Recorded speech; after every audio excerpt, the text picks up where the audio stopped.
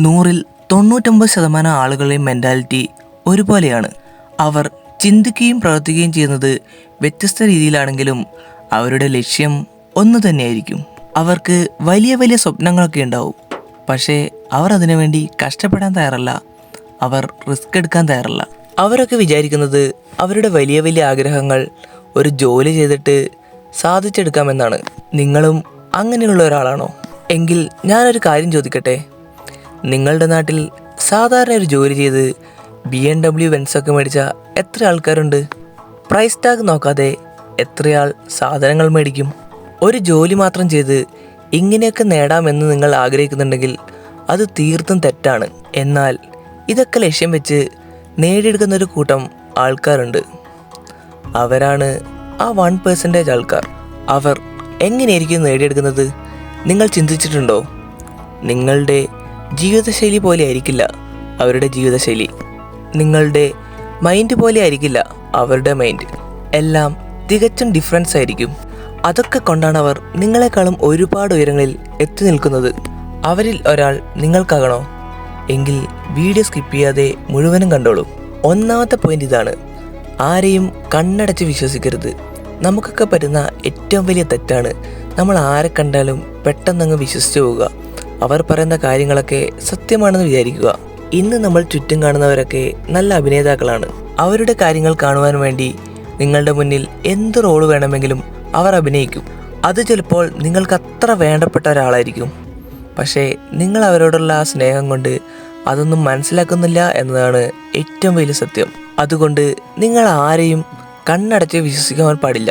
രണ്ടാമത്തെ പോയിന്റാണ്: ഒരാളുടെയും പുറകെ ഒലിപ്പിച്ച് നടക്കുവാൻ പാടില്ല.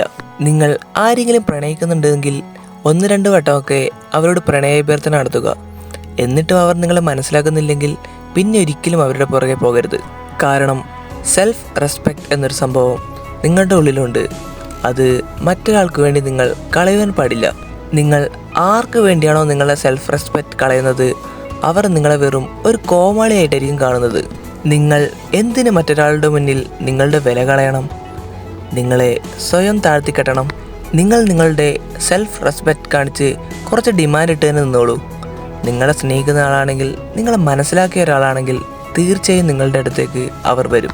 അതുകൊണ്ട് ആരുടെ മുന്നിലും നിങ്ങൾ നിങ്ങളുടെ സെൽഫ് റെസ്പെക്റ്റ് കളയുവാൻ പാടില്ല.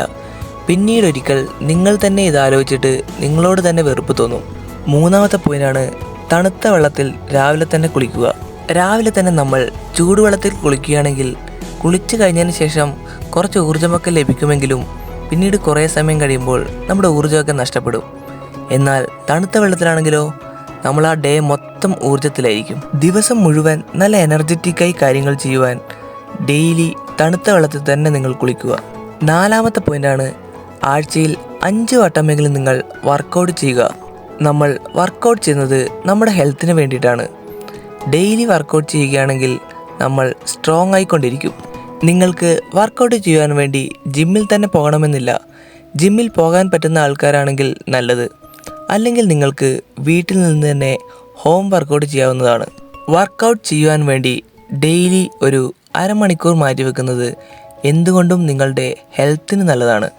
മാത്രമല്ല, വർക്കൗട്ട് ചെയ്യുന്നതുകൊണ്ടുള്ള മറ്റൊരു ഗുണം എന്തെന്നാൽ ഇത് നിങ്ങളുടെ സ്ട്രെസ്സ് കുറയ്ക്കുവാനും അതുപോലെ തന്നെ ഹാപ്പി ഹോർമോൺസ് ഇൻക്രീസ് ചെയ്യുവാനും ഹെൽപ്പ് ചെയ്യും. അടുത്ത 5-ാമത്തെ പോയിന്റ്: നീ എപ്പോഴും നിൻ്റെ ലൈഫിൽ തന്നെ ഫോക്കസ് ചെയ്യുക. നിന്നിൽ മാത്രം ഫോക്കസ് ചെയ്യുക. പലർക്കുമുള്ളൊരു കാര്യമാണ് മറ്റുള്ളവരുടെ ജീവിതവുമായി തങ്ങളുടെ ജീവിതം താരതമ്യം ചെയ്യുന്നത്. അതൊരിക്കലും ചെയ്യാൻ പാടില്ല. കാരണം അവർ വളരുന്ന സാഹചര്യത്തിലായിരിക്കില്ല നിങ്ങൾ വളരുന്നത്. നിങ്ങൾ നിങ്ങളെ തന്നെ ബെറ്റർ ആക്കുവാൻ എപ്പോഴും ശ്രമിച്ചുകൊണ്ടിരിക്കുക. എപ്പോഴും നിങ്ങൾ മത്സരിക്കേണ്ടത് നിങ്ങളോട് തന്നെ ആയിരിക്കണം.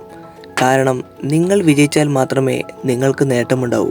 അടുത്തത് 6-ാമത്തെ പോയിന്റാണ്: നിങ്ങളുടെ അടുത്ത പ്ലാൻ എന്താണെന്ന് മറ്റുള്ളവർക്ക് മനസ്സിലാകാത്ത രീതിയിൽ വേണം നിങ്ങൾ നിൽക്കുവാൻ. നിങ്ങൾ എന്തെങ്കിലും ഒരു കാര്യം ചെയ്യാൻ നിങ്ങൾ തീരുമാനിച്ചിട്ടുണ്ടെങ്കിൽ അത് നിങ്ങൾ ചെയ്യുക. മറ്റുള്ളവരോട് പറഞ്ഞു നടക്കാതെ നിങ്ങളുടെ ഉള്ളിൽ തന്നെ വെക്കുക. നിങ്ങൾ ഒരു കാര്യം ചെയ്യാൻ ആഗ്രഹിക്കുന്നുണ്ടെങ്കിൽ മറ്റൊരാളോട് ചർച്ച ചെയ്യുമ്പോൾ അവരത് ചിലപ്പോൾ നെഗറ്റീവായിട്ടായിരിക്കും എടുക്കുന്നത്. ആ കാര്യം നിങ്ങളോട് പറഞ്ഞാൽ നിങ്ങളുടെ ഉള്ള മൈൻഡും കൂടെ നഷ്ടമാകും. അതുകൊണ്ട് നിങ്ങളുടെ അടുത്ത നീക്കം എല്ലാവരെയും അത്ഭുതപ്പെടുത്തുന്നതായിരിക്കണം. നിങ്ങളുടെ മനസ്സിൽ തോന്നുന്ന കാര്യം ആരോടും അധികം ചർച്ച ചെയ്യാതെ അത് നടത്തി കാണിക്കുക. ഇനി 7ാമത്തെ പോയിൻ്റാണ്, നിങ്ങൾ നിങ്ങളുടെ വികാരങ്ങൾ കൺട്രോൾ ചെയ്യാൻ ശ്രമിക്കുക. നിങ്ങൾ ദേഷ്യവും കോപവും ഒക്കെ നിങ്ങൾ കൺട്രോൾ ചെയ്യുക.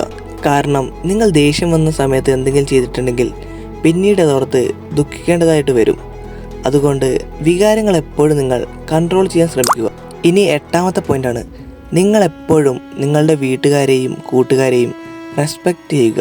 എപ്പോഴും നിങ്ങൾ നിങ്ങളുടെ വീട്ടുകാരുടെയും കൂട്ടുകാരുടെയും കൂടെ ഇരിക്കാൻ കുറച്ച് സമയം കണ്ടെത്തുക. കാരണം നിരന്തരമായി അവരുമായി ചർച്ച ചെയ്യുമ്പോൾ നിങ്ങൾക്ക് ഹാപ്പി ഹോർമോൺസ് കൂടുവാനുള്ള സാധ്യതയുണ്ട്.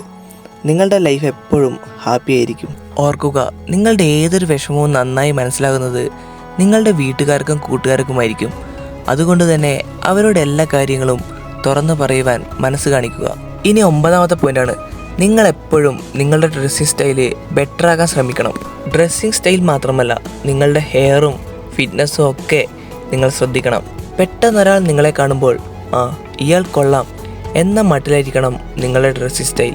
നിങ്ങളുടെ ഡ്രസ്സിങ് സ്റ്റൈലിൽ മറ്റൊരാൾക്ക് നിങ്ങളെ അട്രാക്റ്റ് ചെയ്യുന്നതിൽ പ്രധാന പങ്കുണ്ട്. അതുകൊണ്ട് നിങ്ങളുടെ ഫുൾ സ്റ്റൈൽ, പ്രത്യേകിച്ച് നിങ്ങളുടെ ഡ്രസ്സിങ് സ്റ്റൈൽ, അത് ബോറില്ലാത്ത വിധത്തിലായിരിക്കണം. ഏത് ജനറേഷനിൽപ്പെട്ട ആൾ കണ്ടാലും ഇയാൾ കൊള്ളാം, ഇയാളുടെ ഡ്രസ്സിങ് സ്റ്റൈൽ കൊള്ളാം എന്ന് പറയുന്ന വിധത്തിലായിരിക്കണം. ഈ മാറ്റങ്ങളൊക്കെ നിങ്ങളുടെ ലൈഫിലില്ലെങ്കിൽ ഇതൊക്കെ നിങ്ങൾ കൊണ്ടുവരണം. നിങ്ങളുടെ ലൈഫ് ബെറ്ററായി വരുന്നത് നിങ്ങൾക്ക് കാണാം.